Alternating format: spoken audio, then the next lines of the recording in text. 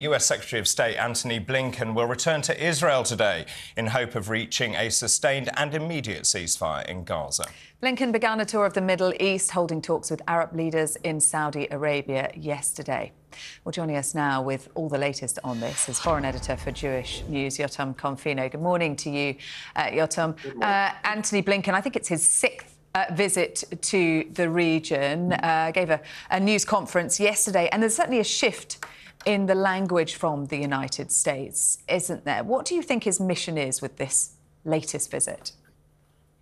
Well, I think it's an expression of the negotiations between Hamas and Israel not really going well. We all know that there are certain gaps between Israel and Hamas, and that hopes aren't really high on either side to reach a ceasefire. So now the United States is stepping in for the first time since the war with its own draft resolution of calling for a ceasefire. And of course, it's linking it to the release of hostages.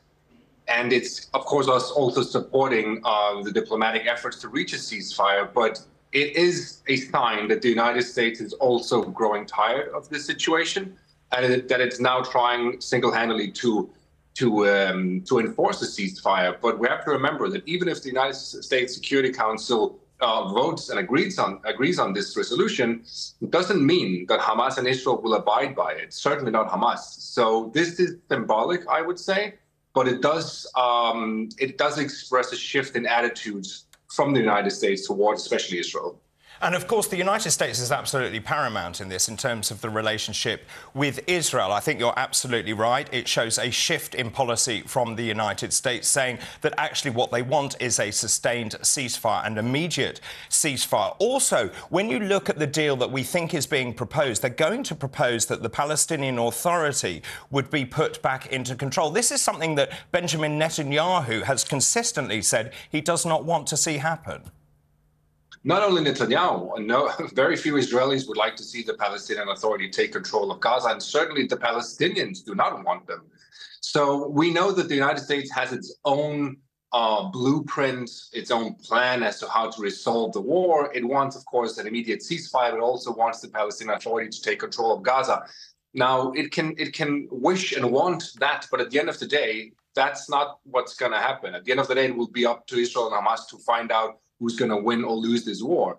I think what's important to mention here is that the United States has still not threatened Israel, at least not officially, with withholding military arms if Israel continues its war in Gaza, especially if it goes into Rafah. It hasn't done that yet. What has happened, however, is that Joe Biden told Netanyahu to send a team to Washington to discuss an alternative to a ground offensive in Rafah. Now, why is that important? It's because it's all about rhetoric. If the United States, if they're going to support Israel in its military operation in Rafah, there has to be rhetorically a change from what Netanyahu has said he's going to do and from what the United States will back. In other words, it can't back a full-scale invasion of Rafah, but it can change the semantics around how you describe this military operation. So that's what's happening right now behind the scenes. Britain, though, is threatening to cut off Israeli arms supply, isn't it? Threatening an arms embargo unless Israel allows more aid into Gaza. A very strongly worded letter from the Foreign Secretary, David Cameron, this week, saying that Israel is responsible for the delays in aid getting through. It's not about a lack of aid. It's about it being held up, some aid, British aid, being held up for 3 weeks at the border. And again, another example, isn't it, Yotam, of this very much toughening of the language, a hardening of the stance. Not only toughening of language, but also disagreement about facts. Israel pushed back on David Cameron's accusation and said, we aren't holding up aid deliberately. We're doing it because we need to screen all these trucks. We need to make sure that there aren't weapons and other things that could fall into the wrong hands in northern Gaza. And it said, in fact, every day we screen more than 40 trucks in those two checkpoints that David Cameron is referring to on the border to northern Gaza. So they aren't even agreeing on the facts at this point. And that's Elon Levy, also a worrying sign. Elon Levy, the spokesperson for the Israeli government, has been suspended, hasn't he, for pushing back against David Cameron? And ironically, Israel is doing exactly what Elon Levy did. So you could speculate what's actually behind the suspension. That's a whole other story. But Israel is exactly doing what Elon Levy did this morning, in fact. The authority that's responsible for aid coming into Gaza said, David Cameron, that is not true. So, again, facts cannot even be agreed upon between two close allies, which I think is extremely worrying. So let's just go back to this proposed deal. We talked about the Palestinian authorities.